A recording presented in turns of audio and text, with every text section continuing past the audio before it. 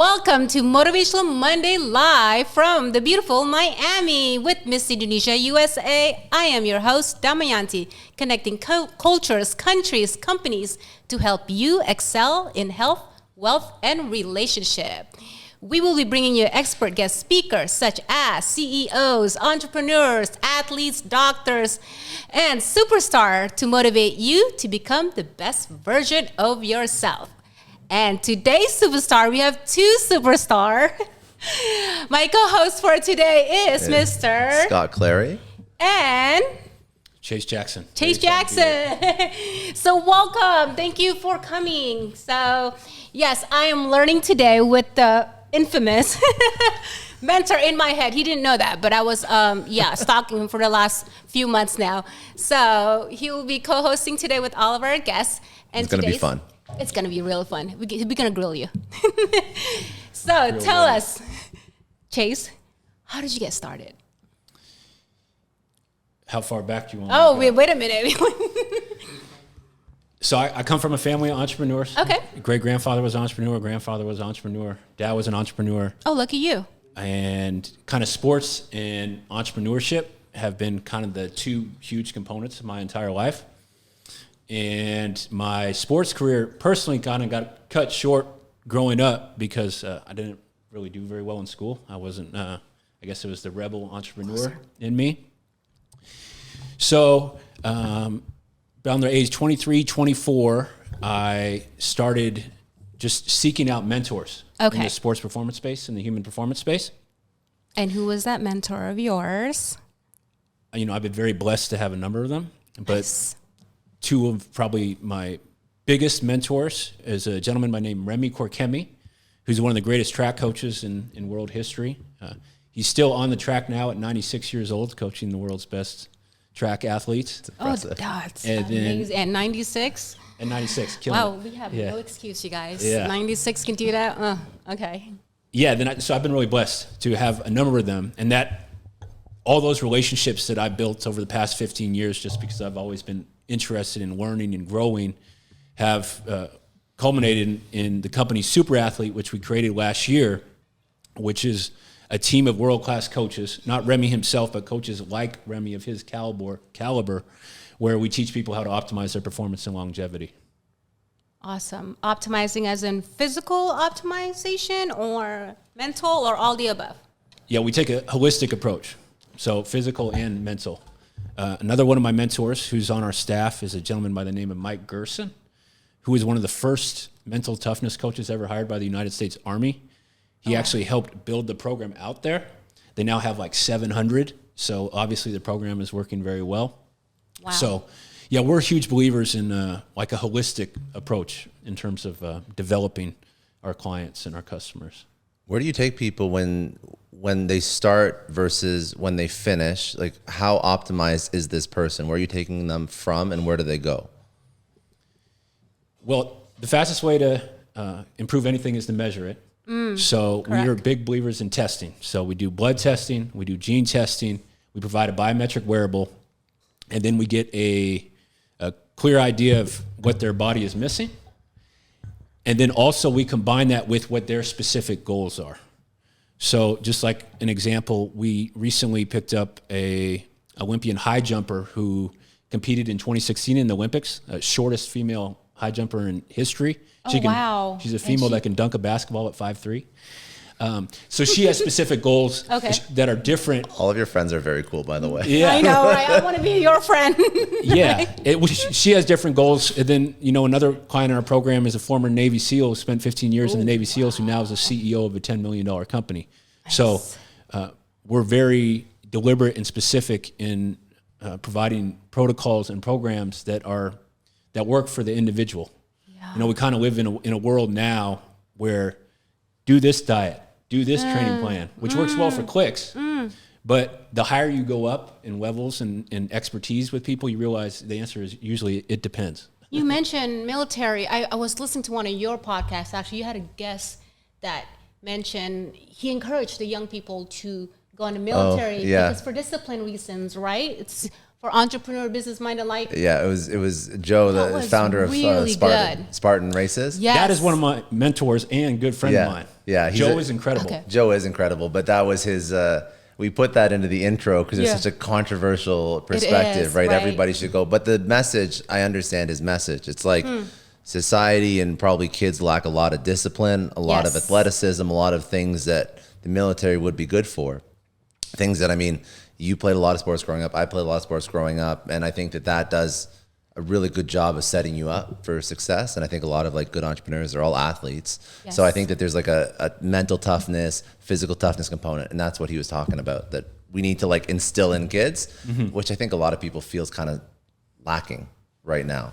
Not across the board, but I think if you even look at like I think military signups are decreasing every single year. So it's like people are not as focused on having a hard life or doing the hard work. They're focused on like, how do I get the easiest path to like comfort, which is not going to set a lot of people up for success. They're even adjusting the requirement, the physical. Yeah, I don't know. Just because we can't, sad to say, but most Americans are fat these days. What do you think? What do you think about the state of health in the U.S.? Yes, the state of health in the U.S. Well, shout out to Joe. I got a text thread with him and another buddy. That's basically, it's like the torturing kids text thread.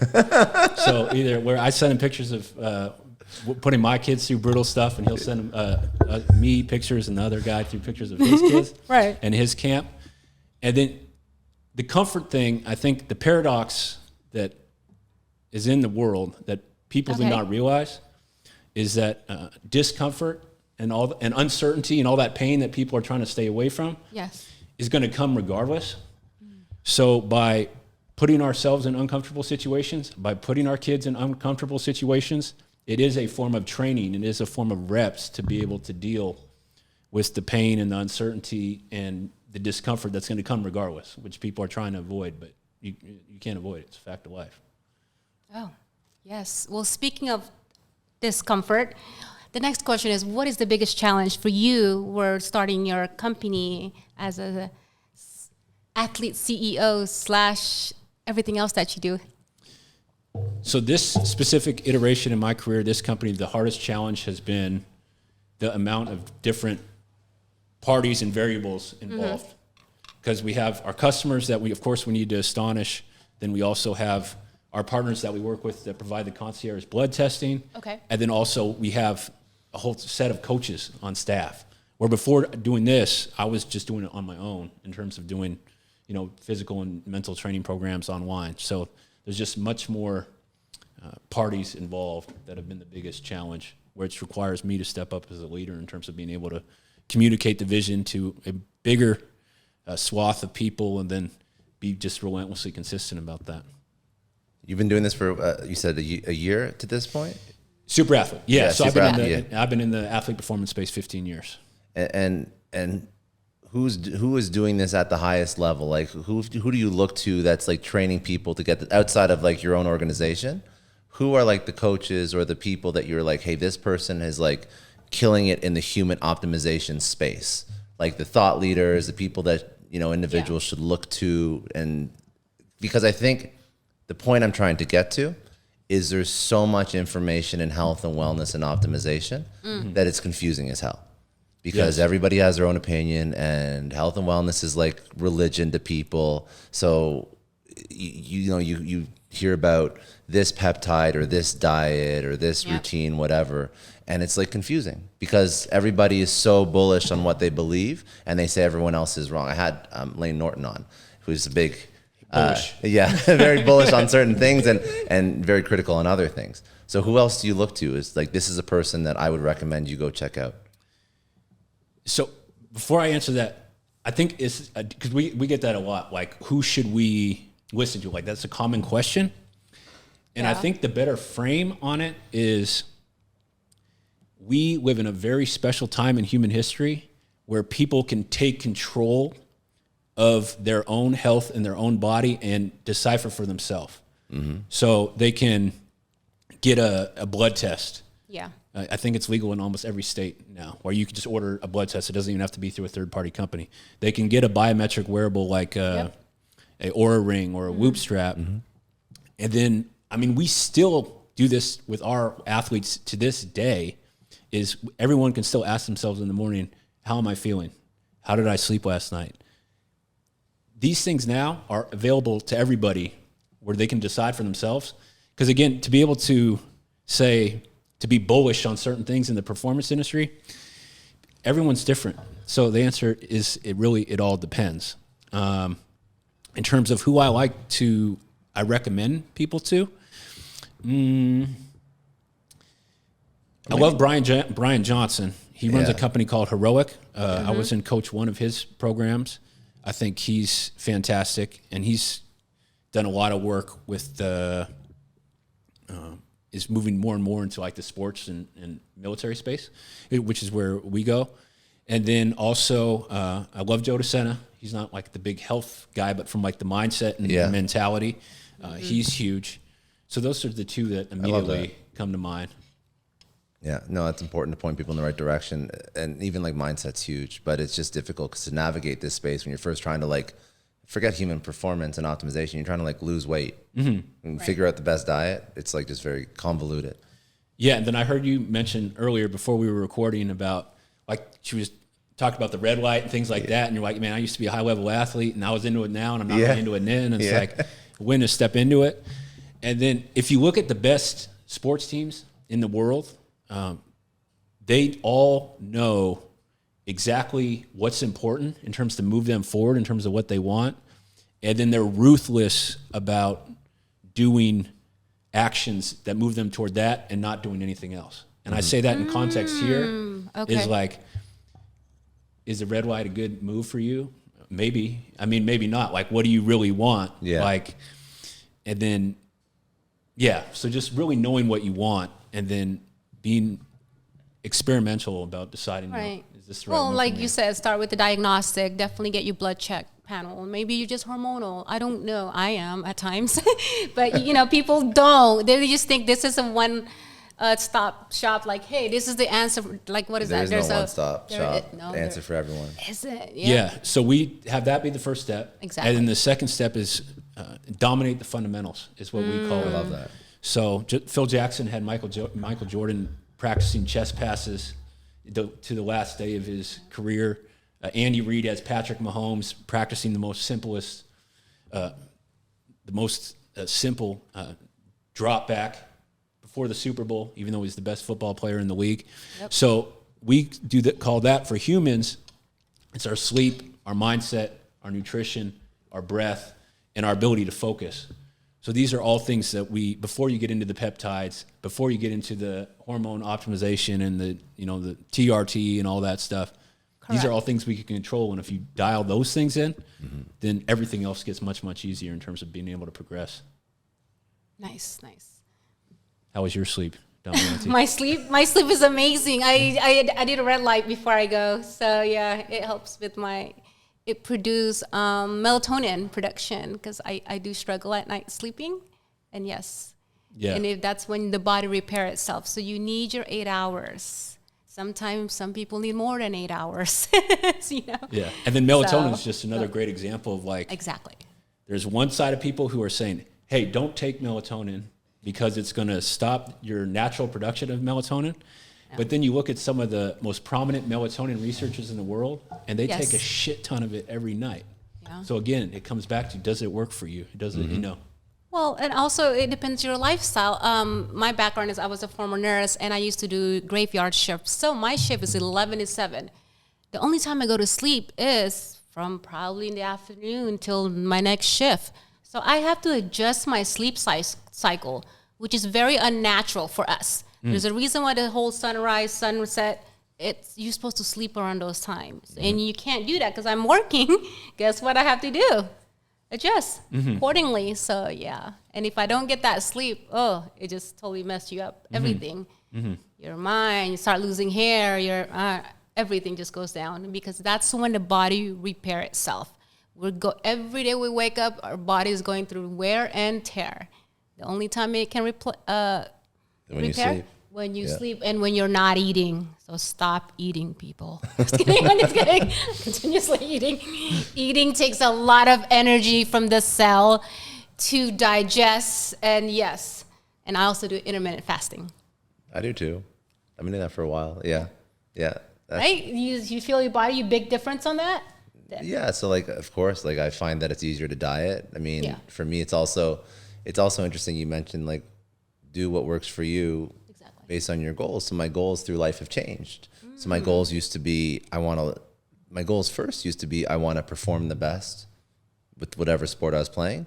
And then it changed into, I want to look my best. And now it changed into, I still want to look good, but I want my mental fitness to be, and my focus and my cognitive performance to be like top notch all the time. I don't want dips in energy. So it's like, now I'm like, my health and wellness and diet, it's more from sports performance, which by the way is not the optimal diet for looking good. And it's also not the optimal diet for, I don't want to have dips in my energy at 4 p.m. because I have to deal with like a crisis with the company. So it's changed based on like my personal life goals. And then there's going to be another phase where it's like, hey, listen, I'm trying to not have osteoarthritis, and I'm trying to play with my kids, and I'm trying to not like, blow out anything. I'm trying to just like stay healthy, but still have fun. And I don't really care as much about working anymore, but I still want to just be like physically fit so I can keep up with my family. So it changes based on the season of your life. But I think that also a big thing about what we're talking about here is like access to information and ownership over your own health is very available. So take that option, like get a Whoop, get a Fitbit, get whatever the hell you need to understand what your body's doing, and then let that inform which gurus, in air quotes, you listen to, right? Yes. I think that's very important. For sure. Okay, so speaking of eating, what's your favorite taco? Just kidding. My favorite food is taco. What's yours? Rapid fire. Pasture-raised ground beef. Pasture-raised. Okay, awesome. Awesome. What about yours? I was going to say all. All of them? Oh, this guy can stop eating. Okay. So what's the bigger vision in the Super Athlete CEO? What's the legacy that you want to leave in the community? The impact you want to make?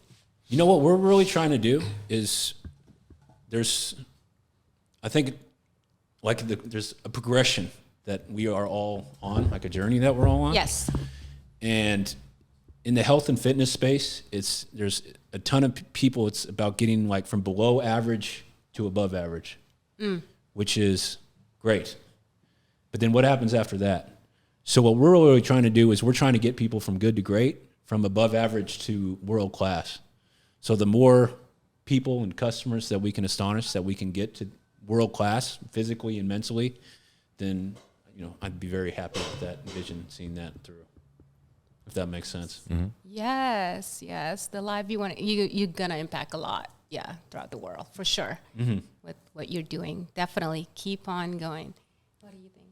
For me? Oh my goodness, that's not my interview. Well, I want to ask you. Let me ask you a question. Question. So, what are you doing now as your goals have changed in terms of being able to optimize your energy? So, for me, the diet that works for me, and again, this is not for everyone. So, I do intermittent fasting. I'll do keto throughout the week because I find that carbs really slow me down. Yeah, me too. I'll refeed on weekends. Yeah. I'll do so. My workout split is like a chest, back, tri, shoulders, legs, and then like ad hoc cardio, whatever. What else do I do? Super high, obviously it's keto. So it's not like true keto. It's more like 50-50 protein fat mix. And then on the weekends, it'll be like super low fat, like moderate carb and moderate protein. I'm trying to think what else. In terms of supplementation, it's like pre-workout and BCAAs in the morning for a fasted workout. I always live fasted. Why do you live fasted? Because I like for intermittent fasting, like everything in my life, I try to optimize. Okay. So in the morning, I'm not going to eat because I want to have a feeding window between like 1 and 8 or like 2 and 9, because I find it's easier to fast when like it's hard for me to go from fed to fasted. It's easier for me to go from a fed to fasted state while I'm sleeping and maintain a fasted state with like caffeine or pre-workout or coffee in the morning.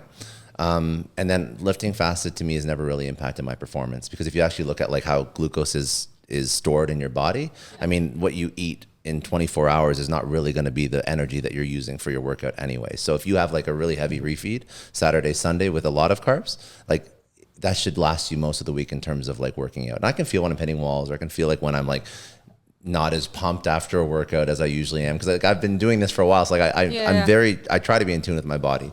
Supplementation is mostly like, like fish oils, multivitamin, like pretty basic stuff.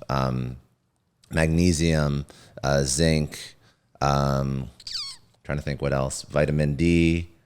That's pretty much it. There's not much else to it. That's like my current like life health stack. Which fits with your specific goals. Yeah. I think specifically with because like this is like so like this is like this is optimized for I like working out, but I'm not trying to compete as a bodybuilder.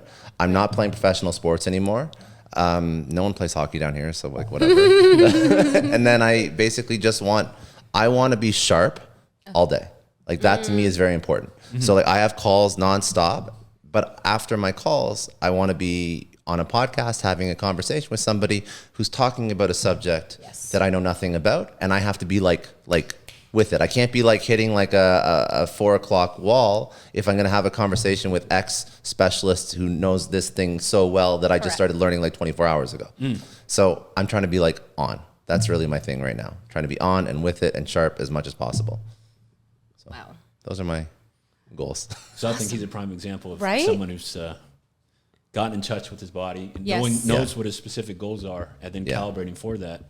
And I think the more people that do that, the faster they will see results and progress in terms of getting what they want. I think a lot of people just sort of like wander through life and try different diets and try different things. But like if you actually pay attention to your body, it'll tell you everything you need to know about, is this diet working? Is this food good for me? Is this supplement? Like everything you can feel if you actually pay attention to it. I believe at least. Got any dieting advice? No, I don't. What's your routine? Why I don't diet. I hate the word diet because people always think I'm restricted to certain things. It's not diet. It's lifestyle. Thank you. Yeah. Lifestyle. Yes, I do have tacos every Tuesday because it's my favorite, and it's low carb, so mostly protein. And I put cilantro on top. It's just taco is a delivery method for all of my proteins. And you need something to hold it in. Like exactly. What are you talking? That's it. Other than that. But I eat pizzas on weekends. So what? What's yours? So, You're the one leading the way in terms of human optimization. Yeah. What do you do? So I'm gonna take notes. In terms of daily ritual. So I'm similar to you in I'm going for specific goals, which are as a business leader right now. Okay. But alongside with that, so again, my whole adult life is I'm seeking out world-class coaches. And I found one recently here in mixed martial arts, MMA, here in Miami. So it's here this weekend, you guys, right? Is it? The fighting, the fight. Oh, UFC, 229ers or 290. Okay. I can't remember. Yeah. Well, so even though I have some martial arts background, but not like extensively, but I train at a gym called Goched, where they train a lot of professional fighters there. And again, I'm not trying to be a professional fighter, but just being around that environment with that level of coaching is something that is something that I've always been attracted to. So I do that, and I lift, and then I have 2 boys who want to play professional basketball. So I try and play enough basketball to at least be competitive with them. So that's what I do physically. In terms of mentally, I try and really be ruthless about what I expose my brain to. I think that's very smart. Yeah, like we talked earlier, like dopamine management. Or I was with your ops, Mary. Dopamine management, I think, is a really underprioritized tool and tactic for people. Like a lot of the NBA players that we worked with over the years, like they are hella anxious. And if these guys who have life by the balls, you know what I'm saying, with their money and women flying at them and all this and that, and then they're hopefully most of them doing what they love. They're anxious. What is that? What is that going to do to the average person? Yeah. Who's so I try and be really ruthless about what I expose my mind to, and then I'm currently not doing intermittent fasting because I'm trying to add muscle, but I'm a huge fan of that. Again, it goes back to specific goals. I've done that over the years. So those are some big ones for me. Awesome. So any last word for our viewers? Or wait, I like a better question is, what will you tell your 20-year-old self? What would I tell my 20-year-old self? Curious. That's a great question. Because you had a great transition of life there. Would have you done anything differently? I would say don't focus on winning the championship. Don't focus on being good enough to win the championship, and focus on the next play. Focus on the next play. So focus on in this moment. This moment. I think young people, me included, it's very challenging to think about where you are currently, about where you want to go, then how am I going to get there, and if I'm going to get there, and that's not helpful in terms of progress and mentally. So I would say focus on getting good enough to get what you want, and then also just focusing on the present moment and doing that as best as you can. Focus on the present moment, you guys. Definitely. I love that. Oh, okay. Are you guys fans of Will Smith? I know he's kind of divisive now. I like his movies. I liked all of his movies. Yeah, I like all his movies, exactly. He has a great story of where he was growing up in Philadelphia. His dad ran a refrigeration company. Oh. And his dad called him down there, him and his brother. Will was probably like 12 and his brother was a couple years younger. And he called him down there because they had a mini bulldozer that was taking out this big wall in front of the business. And they're like, oh, cool, thanks for coming down here. We got to see this. This is cool. And his dad was like, well, now I want you guys to build the wall. Now you got to rebuild the wall. And it was like this 30 yards, like 8 feet tall. And just because, this is this is something I would do and Joe DeSena would do, but they had to mix the cement themselves like the old school way. No way. Oh my gosh, manually? Not even with manually. Yeah. So they were like 4 months into this project all day, every day. And, Will and his brother were griping about it the whole time. And then his dad comes out and his dad's like, stop worrying about the wall. Stop. The wall does not exist. Oh. Just worry about laying the next brick perfectly. Yeah. And then Will said that shifted him, and they eventually finished 3 or 4 months later. And then he took that with him to the rest of his career. And I think it's just really valuable, powerful. I like that story a lot. Yeah. Wow. That's amazing. How well can we lay the next brick? Yes, how to lay the next brick. Don't focus on the wall, you guys. I love it. Well, thank you so much. Time has flown by, so we definitely got to have you back on. That is a wealth of knowledge that we all can apply. So make sure you guys follow us both. Well, all of us. No. Where do we find you? Where can we find you, Chase? Yeah, so IG is Super Athlete Life. Super Athlete Life, personal IG is Super Athlete CEO, and then website is Super Athlete Life.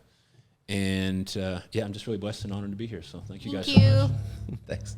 Follow me, Miss Indonesia USA, and my co-host, Mr. Scott D. Clary. Scott D. Clary, and all the handler. Make sure you like, comment, and subscribe. Thank you so much, you guys. Bye.